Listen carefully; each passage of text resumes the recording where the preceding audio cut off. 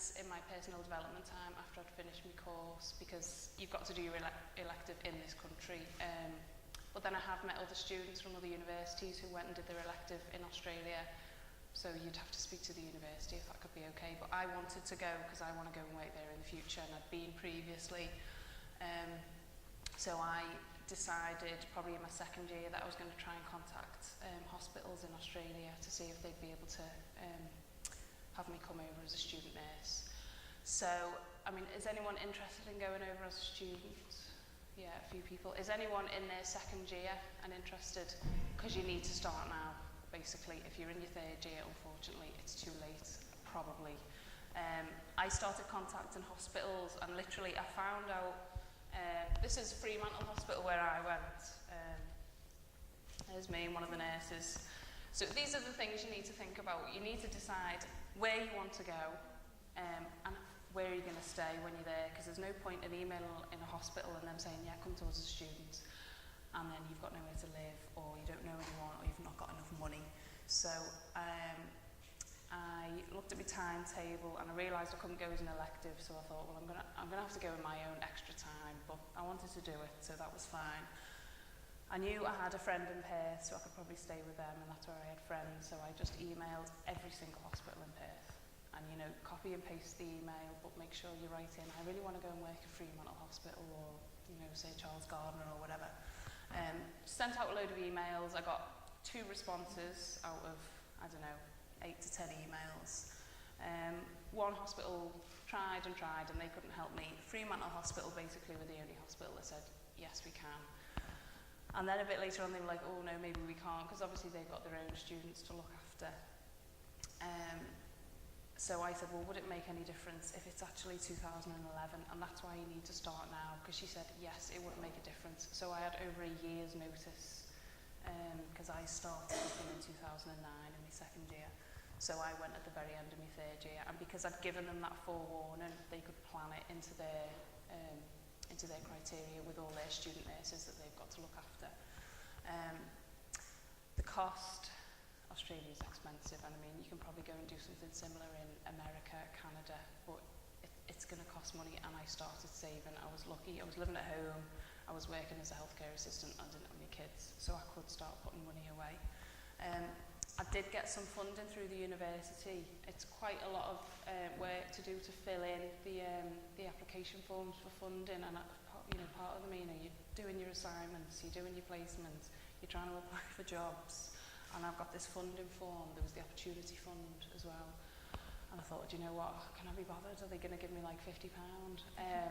But they didn't. They gave me £300, and then I got another £300 from another student fund that I didn't even know about, but it was the funding office that put that through for me, so it is worth asking. You don't get if you don't ask. So if you want to do it, start asking people where you can get money from. Go to the funding office, ask them what's out there, because there is money out there, but it's not easy to find. So I started filling in all these forms. I got the okay from the hospital. I obviously spoke to people at John Moores and said, is it going to be okay for me to go? They said yes. And I had to get the okay from our university, and they sent a letter of approval over, and there was lots of form filling in going in between the two.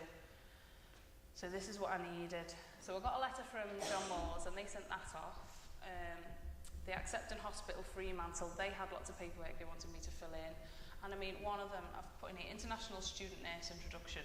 So they had all these different forms, and it's all the usual stuff, why you're doing what you're doing, why do you want to come to Australia? Because obviously they want to know that you're keen and you want to go, and that maybe you want to go there in the future, because otherwise, why should they give up their time for you, kind of thing. So again, it's selling yourself. So I had to fill all that in. Clinical placement agreement, and that was all just kind of saying what your university expect of you and what they're going to expect of you. So did all that. You need a visa.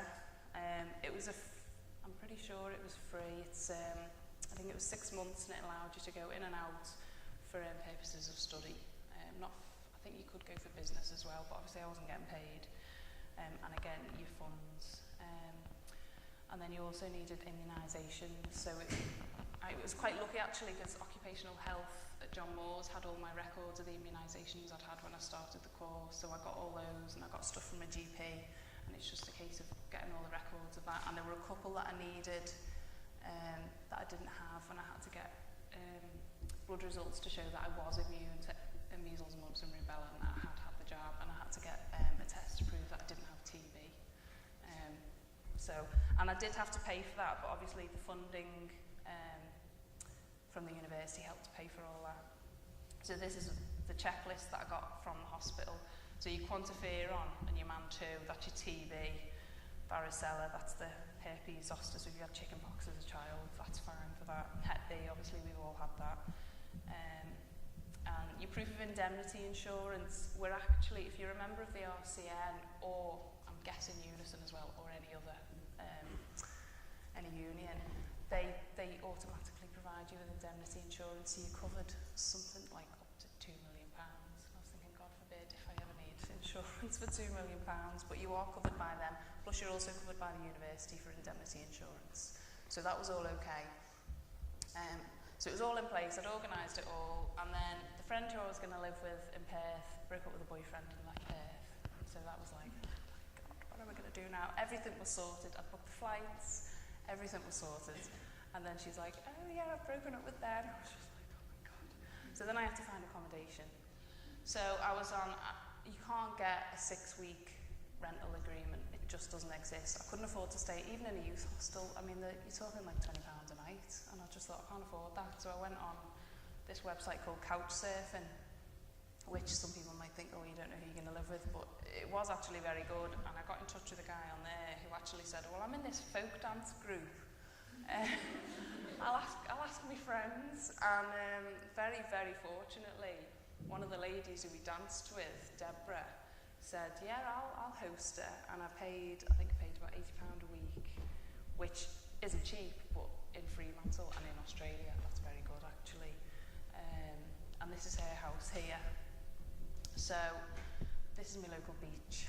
So yeah, it was really hard to, well, it wasn't that hard to organise, it took a lot of time, a lot of effort, but my God, it was gorgeous. So I was 10-minute bike ride, I borrowed a bike, moved in with Deborah. That was my local beach, so that was a 10-minute bike ride in one direction, and 10-minute bike ride the other direction was the hospital. So yeah, the hardest thing I found out was working out where to stay once my friend had broken up with a boyfriend. If you've already got family out there or contacts out there, if you've got them, use them and apply for hospitals near to where they live, because at least if you can't stay with them, they might know someone who you can stay with, so you've got to use those contacts. And in Australia, actually, they're very, very, very friendly and very welcoming, and unlike here, they'll say, oh, I know so-and-so who lives in this city, you can go and stay with them. I think they're much more open to having people stay in the houses than they are over here. So if you've got family, friends, or anyone out there, start contacting them now and say, is it going to be all right if I come and stay for 4 weeks or 6 weeks or whatever? So this is their clean utility room. So I started there, after I finished my PTP, I went out, I had a week's holiday before I went, so I met my friend and we just had a week of having fun in the sun, because after 3 years of nurse training, my God, you need a holiday, don't you? It was a tough 3 years. So then I started on their medical assessment unit at Fremantle Hospital. So they were all in their navy blue scrubs, trainers. Everyone was really friendly. This is more of them here. And it all looks the same. The hospital beds are the same, different brand, but same kind of stuff. But you only, on the wards, you'll have 6, 8 patients. They only ever had 4 patients, ever. Not very many healthcare assistants, but you did all the personal care yourself, but you'd have those 4, so you'd do all the washes yourself with assistance from other nurses. And apparently that nurse to patient ratio was the same throughout the hospital, which was really, really lovely, actually. So yeah, and I'm just once you're there, impress. Because I got there and I was like, I've done everything. I've done all my assignments. I've done all my placements. And some of the nurses there were like, so you don't need to be here. Why are you here? And I was like, well, I'm not going to get this opportunity again. I'm getting to see the Australian healthcare system without having to move over here and emigrate and get a full-time job and then realise that I don't like it. So I need to do it now while I can. So yeah, it would have been really easy to be like, because they were dead laid back. They were like, well, when do you want to come in? You don't have to do full-time hours. Come in whenever you want. So it would have been easy to go and sit on that beach all day, every day. But I thought, what is the point? I've done all that work, I've raised, you know, I've got the funding, I need to make the most of this while I'm here. So yeah, and I did impress, and they were really impressed that I was there in the first place. They were really impressed that I always turned up, you know, when I could have, you know, gone off. They were like, you know, it's okay if you want to go home early. And yes, days I did go home early, that was fine, but the most important thing I came away from there with was the manager's email address, and she said, email me in 2 years when you've got experience. You know, I'm really pleased with the way you've worked. I do want you to have, they want you to have at least 1 year experience, preferably 2, and they do like degree over there, but I mean, I don't think it matters. If you've been over there and they know that you're good and you've got a diploma, well, it doesn't matter that I'm sure they'll take you on. But obviously I'm planning to top up to degree. The way they work was quite different. I was on the medical assessment unit, and I'm sure you know how hard it is when you're on the wards to get, you know, the OT, the physio, the social worker, the district nurses involved. They had physios, OTs and social workers assigned to that ward who were there all the time. And on that board was the patient and what status. If you wanted to do a physio referral, you drew a line on the board with a whiteboard marker. And then when the physio had seen it, she came and drew another line. And then when she'd seen the patient, she drew another one. And when the triangle was complete, the patient had been seen by physio. And whether it was okay to go was a red dot or a green dot in the middle. I was just like, this is so easy. You know, we've got to fill in all the electronic referrals and it's all got to go through. Drawn a line on a board and they'd get seen either that day, you know. And then they have Medihome, which is like your district nurse, but that was like a go-between. She was there to organise the care. She'd look through the notes and work out what they needed, and she was there to make sure that that discharge home was seamless, or as seamless as it can be. Whereas we send these referrals out to district nurses, and all they get is a piece of paper, and that's it. So there were a lot of good things about the way it worked, I thought. There's a couple of English nurses over there, and they said they could never come back to England to work because just the workload is better. It was safer. The only thing they did say is they had less autonomy over there. They said, you know, if I want to take a urine sample because I've dipsticked it and it's, you know, it's got leukocytes in it, whatever, I have to get the doctor to request the sample. I can't just take this, like we would, well, certainly I do now on the ward. You know, if I need to send it off, if I need to send a blood sample off, I bag it and I send it off to the lab, whereas over there they can't do that. But I mean, that's minor really, if you've got that quality of life over there, which was what they said, they couldn't come back. That was it on Australia really.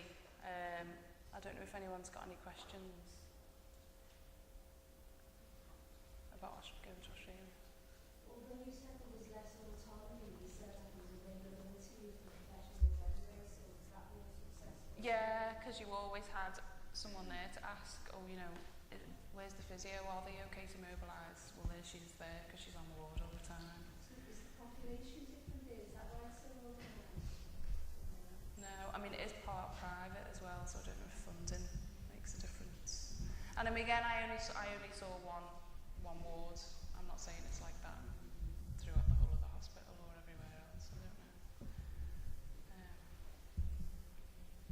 know. No pennies, no plastic pennies. You know, I was going to make a bed. I was just like, oh, I've got my uniform on. My uniform's going to touch the sheet. But they didn't have any, which is weird. Because like, haven't you got a penny? And they're like, what's that? So no. So I didn't think their infection control was as good as us. So there are things over here that are better that we don't realise that are better until you go to somewhere else. But our infection control is much better than it was over there. Yeah, much better. So yeah, if you can do it, go ahead. Okay, thank you, Sue. I was actually going to talk a bit about becoming a qualifier, or is it? I think we're nearly there. You've got like 2 minutes if. No, I think the students, I think the students would just like to hear very briefly about your role at the moment. Yeah, what time is it? It's about just before 4. Did the last lady go over? Or? Yeah. I'm awful sorry, I didn't realise. What else was I going to do? Okay. Oh no, that's not it. So I qualified in March, and I can remember sitting here last year and I was absolutely petrified. I don't know if anyone else is anyone else petrified about qualifying? No? No? Well, I was.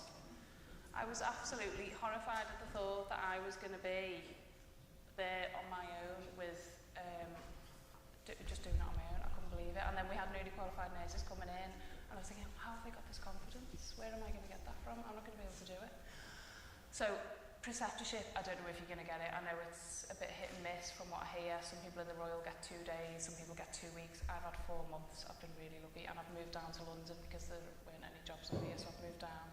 I didn't want to work in orthopaedics, and I wanted to work in medical. I'm in a surgical orthopaedic hospital, but I love it. It's really, really good. So I'm just going to, I'll go through quickly. I'll just give you tips. When you get in there, identify who your preceptor is. If there's any problems, get them sorted as soon as you can. If you don't get on with your preceptor, find a new one. Identify which members of staff are good and latch onto them, because you're not always going to be looked after. You know, you qualified, you need to ask for help, you know, and it's the same as you're a student. It's like getting your paperwork done. It's the same. You've got to push. Don't be meek. And you know, you haven't got that confidence, but you've just got to get in there. And I mean, I went to this orthopaedic hospital and I'm looking after people with soft tissue tumours and bone tumours that I have never heard of. And I was just like, oh my God. So I was doing homework. Unfortunately, you're still going to have homework to do, but do it. It'll come quickly. Okay, so I made checklists. I'll just show you this scrap of paper I used to carry around with me, and it was just for my effective handover, you know, for you writing your notes at the end. I mean, look at the state of it. But it's just so I got through, you know, name, age, allergy, reason for admission, status on admission, are the next of kin aware, what's the plan, and then their health at present, and it's still your A, B, C, D, E. You know how to keep your patient safe. You know, so you go through the respiratory, the cardiovascular, the renal, because sometimes I'm like, oh, what do I write? I need to write everything. You need to make it logical. And if everything's fine, all obs are stable, that's fine, and then you move on to nutritional, skin integrity, neurological state of mind, when you're getting discharged, what's the plan? Have you done the district nurse referral? Have you done the section 2? Have you done the section 5? You know, keep it logical like that. One other thing I wanted to talk about was meds rounds, because certainly in the hospital where I've been, there's been some CD errors, and I was really, really scared about medication rounds, because where I work, a lot of pain relief, loads of people on controlled drugs, and they've had the police in recently at the hospital where I've worked. So make sure you feel safe before you go off. Take time, take that BNF with you, take a trolley. If someone's rushing you, you need to say, I'm new, I'm learning. It is going to take me a long time, but this is how it's got to be. Don't let people rush you, because you might make a mistake, and it is scary, but people are there to support you. And if you don't feel safe, tell someone. Say to the nurse, I need you to come with me. I want you to come with me. And I got my line manager to come and do a medication round with me. If you're feeling worried, get one of the clinical education facilitators to come and do a medication round with you. That's what they're there for. Use them. And you know, and they say, oh, you know, I think sometimes people forget we're here. They're still there for you when you're newly qualified. Get them to come round and do a medication round with you. Utilise the people that are there. If there's any errors on that medication chart, get them fixed. Don't think, oh, well, everyone else has been given the drug and I can't read what it says, or it's prescribed wrongly. Phone the doctor and get him to change it, because if you don't start phoning those doctors, they'll carry on the same.